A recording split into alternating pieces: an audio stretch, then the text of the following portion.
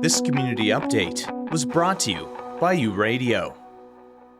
Numerous enhancements and upgrades to multiple programs are coming to the Manitoba Theatre for Young People as a recipient of the Manitoba Accessibility Fund.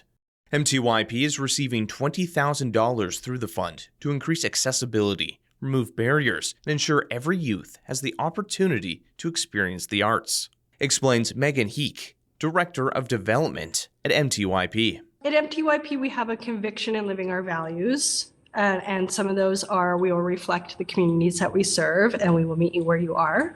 And that requires ongoing assessment and improvements to offer a facility and programming that are accessible to everybody who enters the building. And that means that can include staff, volunteers, visitors of all abilities, folks from all communities for our theater school and for our performances. Funding will add to existing initiatives, including ASL interpretation.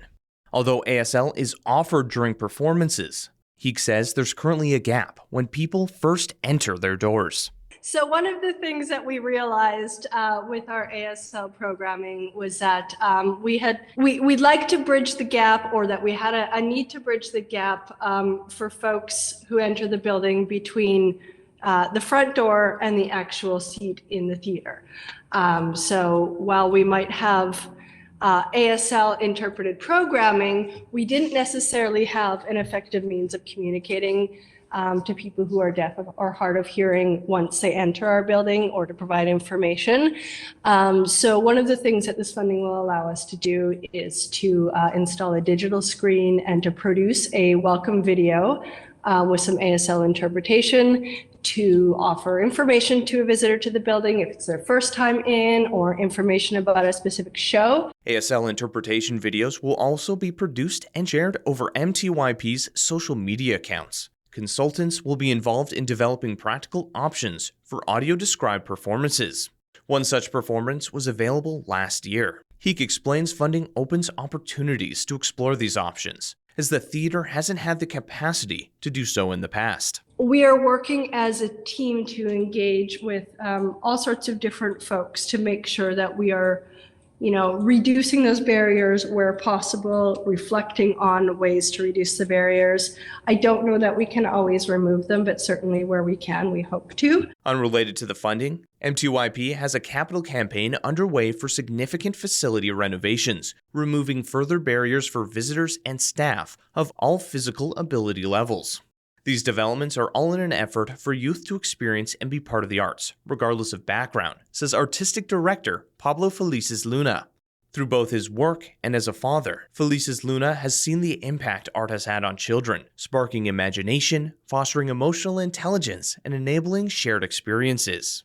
Theater and other artistic forms allow children to explore their emotions, understand others' perspectives, and develop life skills.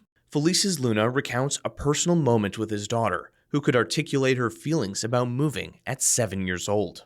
Not only could she name what she was feeling, she could name why she was feeling it, and that's pretty perceptive for a 7-year-old. And these are the sort of things that theater teaches you, right? It teaches you to put yourself in someone else's shoes, to think about what it would feel like to be them. What would you do if you were in the situation that they're in? So all of those sort of skills that you start developing by experiencing theater, or, in some cases, practicing theater as a young person, they just help you in your social development. These developments are all in an effort for youth to experience and be part of the arts, regardless of background. The accessibility services are anticipated to be completed by the spring, with the facility upgrades by June 2025. You're listening to U Radio, where community voices connect.